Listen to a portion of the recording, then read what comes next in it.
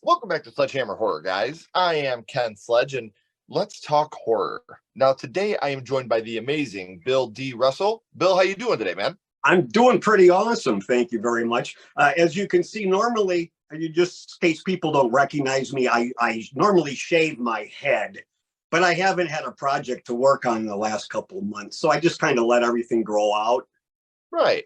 Yeah, just let it get to where it needs to be for now. And in TMI, I'm doing that with all of my body hair, letting it go. I would have it no other way. Yeah.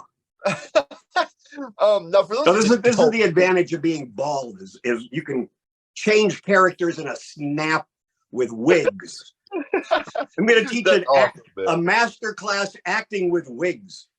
Right. You're like, now you got to take the wigs off the chest, the ball, everything now. It's all got to come off now. Exactly. So for those of you that don't know Bill, a little bit about him. He grew up in rural Wisconsin, watching Universal and Hammer monster films, which, what an amazing start. Anyway, he ended up moving to Chicago, to study screenwriting and take some improv classes, where he joined the Improv Olympics to work with improv guru, the legendary Del Close, in the original house troupe Barons Barracudas. So what was that like? That was a really fun time. Thank you for asking. I'd love to talk about that. For those who don't know, Del Close gained his legendary status when he directed at Second City.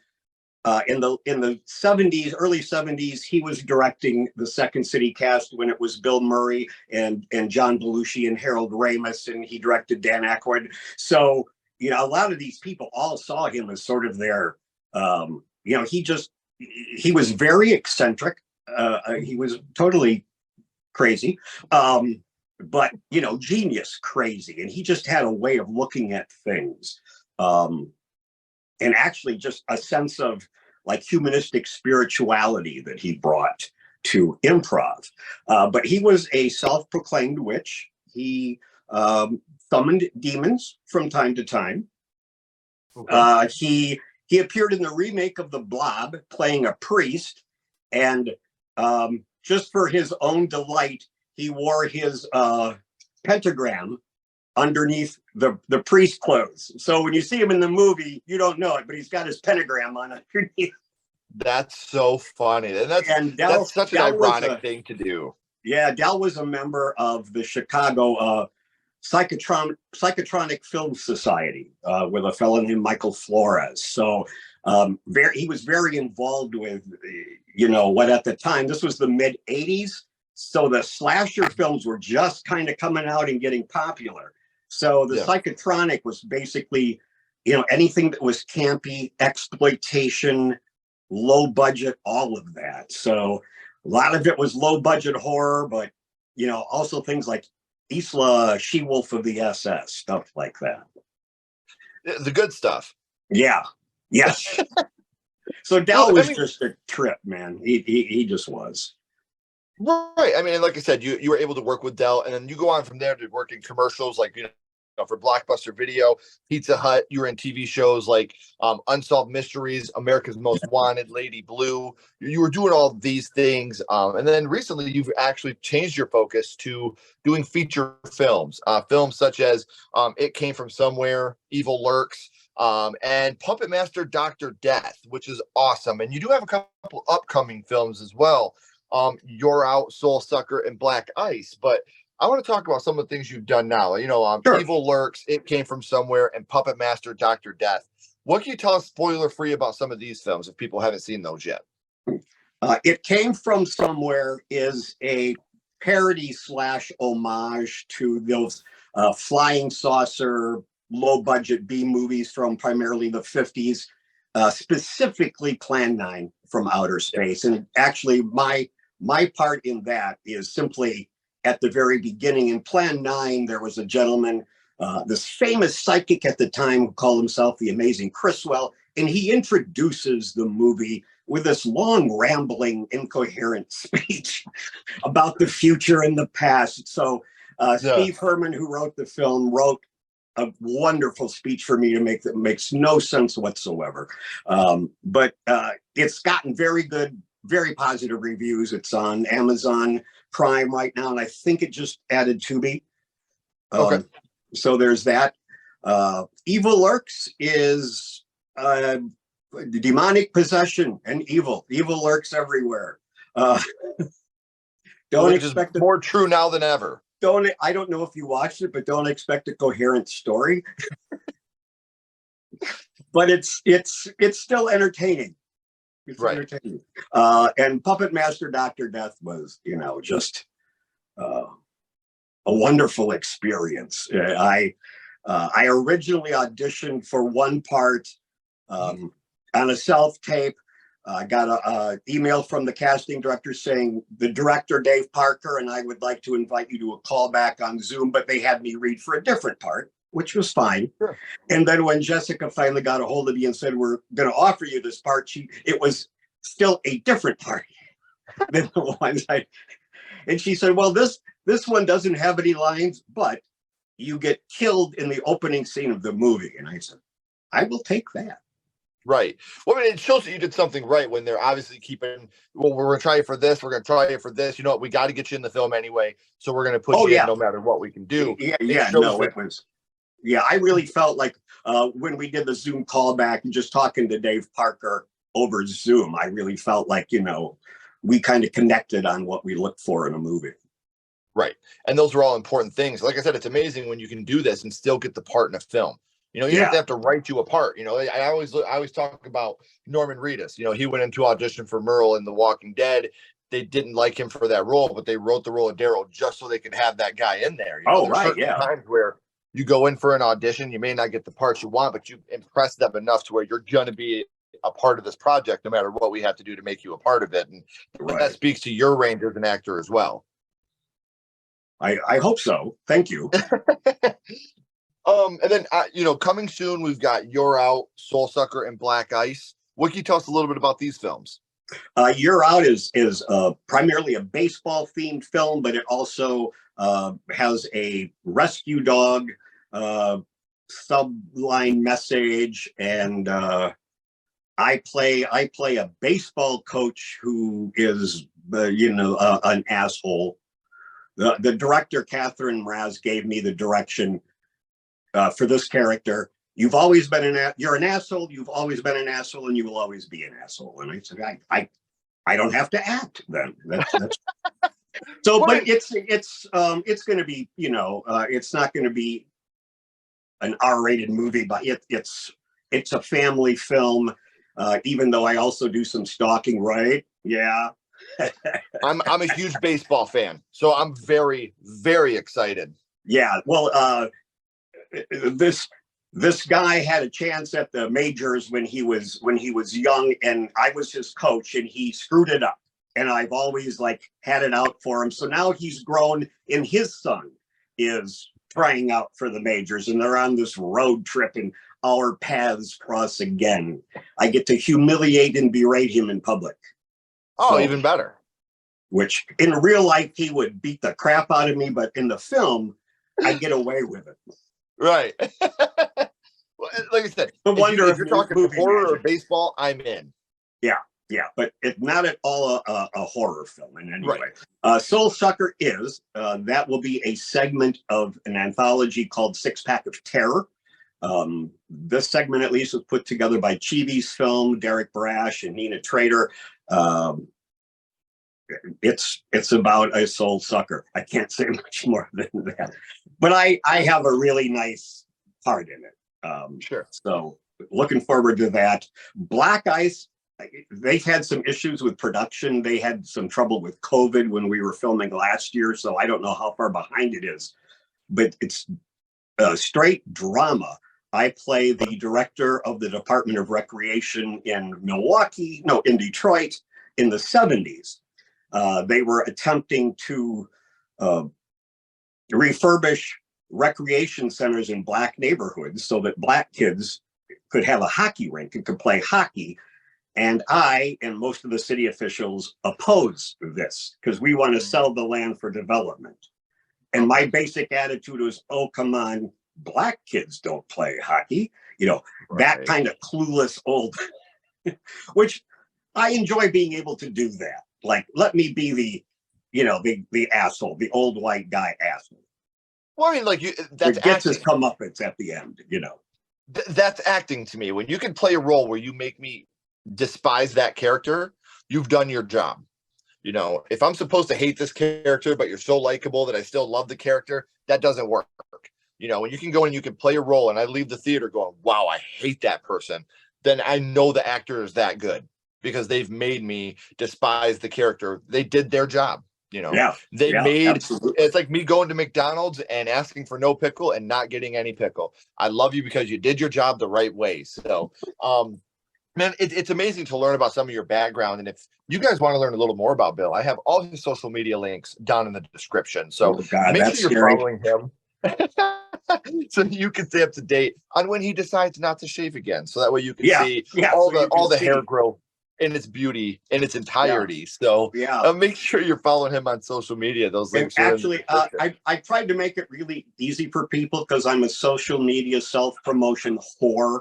If you Google actor Bill D. Russell, you will get an embarrassment of social media stuff. You can find my YouTube and Instagram, but you've got to have the word actor in there, or you get a bunch of stuff about former NBA legend Bill Russell, who passed away last year. And everything is about him unless you put actor in there.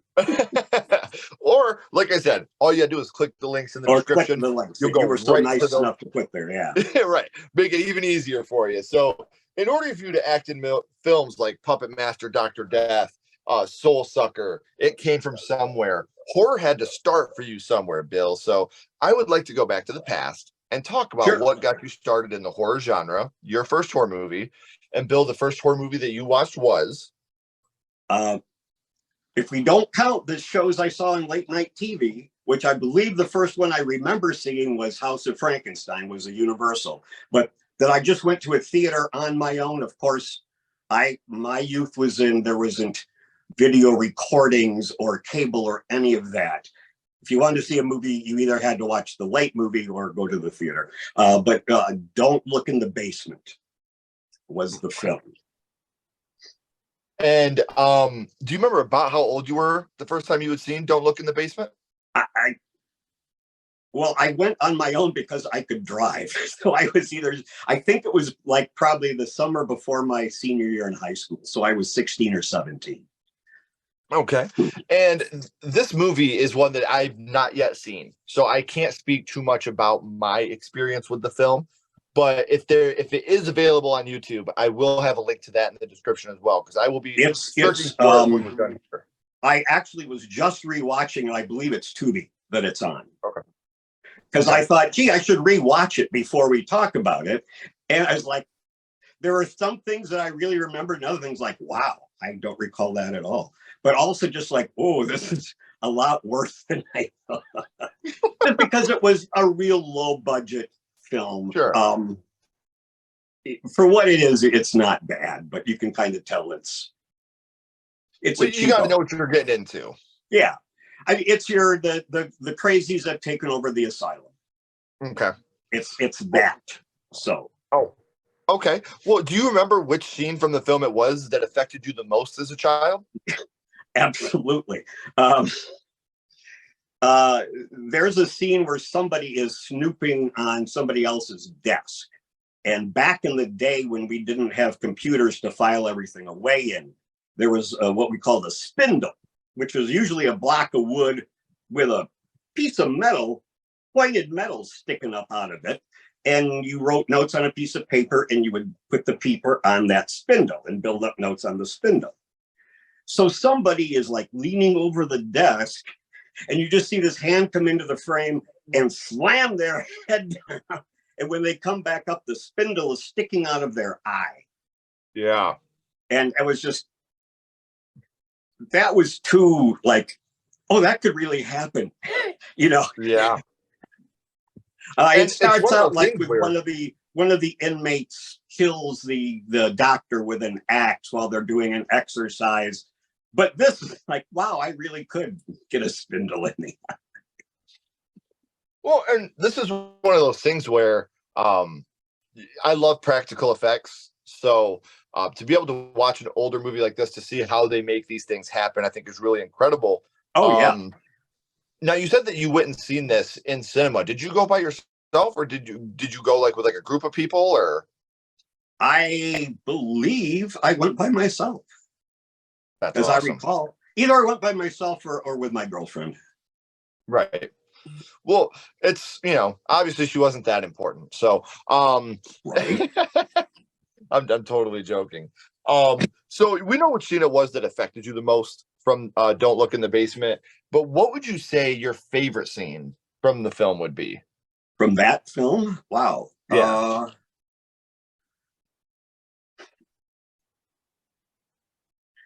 I'm running through my head. Like I say, I think just the ending when they reveal and you kind of know what it's going to be.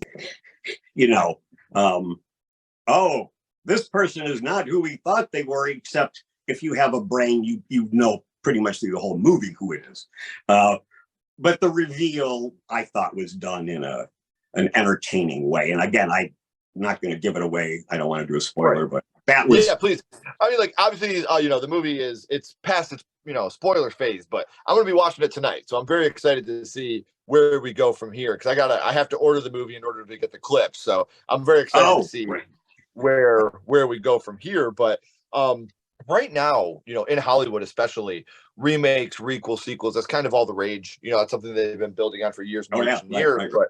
But Don't Look in the Basement, is that a movie that you would like to see remade today? That's a great question. I'd say yeah, because I think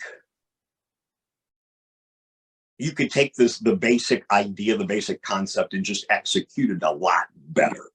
Okay. I don't know any, with a bigger budget and a better cast. I mean, the cast is wonderful, but they don't.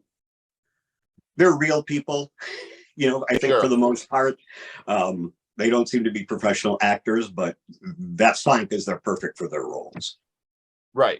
So yeah, Well, I and could see that it makes being it even done more and just fun. being done a little more deftly and Mhm. in such a way as to not make the ending as obvious. Right. My favorite thing that a remake does is if you have a remake that takes the basic idea of the original film but completely makes it its own. I don't want to see something that's shot for shot. I've already seen this movie once. I don't have to watch it again modernized. But like you Right. said, if you could take it and you can make it your own and maybe throw a couple curves in there, maybe surprise me a little bit with your remake, but take the same basic ideas, I think that could work great. And especially because when I think Don't Look in the Basement, I think R.L. Stein's Goosebumps. There's something in the Oh basement with yeah, Dad. yeah, Like yeah, yeah. stuff like that. So I think they could Well, definitely take this basements are idea. just creepy. Oh, inherently creepy. Unless yours is so renovated that it's an apartment or something. Mine Right. was real. Mine was like dug out of the ground and never finished in any way. It was just rock and dirt. Mm-hmm. It was more like a root cellar or something. And you opened a trap door to get down there. Yeah, I have It's a like Michigan basement myself, man. You can film a horror movie in my basement, man. I right. I totally get it. So, we know about starting off with Don't Look in the Basement and what this movie means to you being your first horror movie. But now I want to throw a little bit of a curveball here at you for a second, Bill. My little buddy Ghostface is here, and he has a question for you. What's Okay. your favorite scary movie, Bill? Or what is your favorite horror movie of all time? It's hard to pick one, and I'm sure everyone would say that, but I'm gonna go with Halloween, the original Okay. Halloween. Um, I I was a movie fanatic. And when I dropped out of Bible college, thank you very much, and moved to Chicago, I was like 22 years old. But suddenly there's movie theaters everywhere. I went to the movies like 3 to 5 times a week. I was Yeah. sometimes there a week I'd be there every night. So I got to see Halloween was one of the ones I saw in the theater during its initial release. And again, just watched it not too long ago, rewatched it for the first time. And when it starts out and it says Halloween starring Donald Pleasance, and I just remember thinking, what? I barely remember Dr. Loomis. It didn't star Jamie Lee. No. It was like, oh Super wow, influential. I'm wearing a Halloween. I know you can't see because of my background, but I'm wearing a Right. Halloween shirt right now. I mean, I got a Halloween cap up there. my wife is smiling somewhere right now because that's one of her favorite films too. Yeah, She absolutely adores the original Halloween, and yeah. But I it's saw that. I got to see Scanners, I Spit on Your Grave, Alien. mm-hmm. A lot of those films I got to see on the big screen in their initial run. So that was a fun time for me. That's incredible. And I'm hoping in 40, 50 years, I can talk about that. I was able to see The Black Phone. I was able to see Scream. I was able to see Smile. All these films, The Cabin in the Woods. I was able to see these on their initial run. The way that the jealousy I feel when someone talks about seeing Halloween 78, Psycho, Black Christmas, Texas Chainsaw. These movies that mean so much to me that have shaped the human being that I am. Sure. Friday the 13th, Nightmare on Elm Street. If I could go back in time and see one film in the theater, hands down, bar none, no excuse, I'm there. Opening night of The Exorcist. I wish I could have seen the pandemonium that came with that film on opening night. I saw The Exorcist at a drive-in in Wisconsin, Dells, Wisconsin. That is amazing. And that one I do remember. I took my girlfriend with me. So see, I will always have a stigma around that movie. I grew up in a video store. My mom and dad owned a mom and pop video store. Oh wow. And okay. Yeah, The Exorcist is the only movie my mom ever shut off. That's the only movie she was ever like, nope, we're not doing this. You're not watching this. It's too much.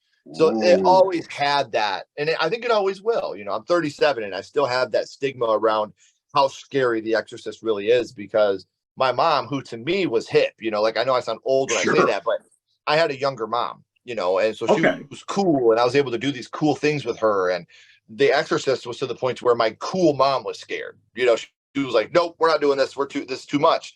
So that movie will always have a special place to me as the scariest film ever made, just because of the effect that it had on my mother, Yeah, that makes sense. So I've had an amazing time talking to you about how your horror. I love talking to you, man. Favorite horror movies, man. I would love to bring you back on for another guest spot in the future. But before we do that, please do. I'd love it. Yeah, what I want to do real quick is bounce back to Don't Look in the Basement.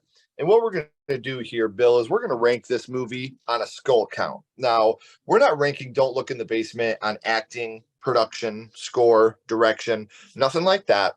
What we're doing here is strictly ranking this movie on how much it affected you on your first viewing. So 0 skulls being not effective, 5 being extremely effective. You can use half and quarter skulls anywhere in the middle. Bill, what would your ranking of Don't Look in the Basement be? I'm going to say 4. Good ranking. I'm going to text you tonight, right when I'm done with this movie, to let you know what I think of it. Yeah, well, I really want to know what you think of it. Yeah, I'm very excited to check it out. So anytime I can learn about a new horror movie that I've never seen before, it always tickles my fancy, man. I'm always excited to check it out. So I know I said it at the beginning, guys, but we're at the end of the third act. The curtain's about to drop. The credits are about to roll. But before that happens, I want to remind you that all of Bill's social media links are down here in the description below.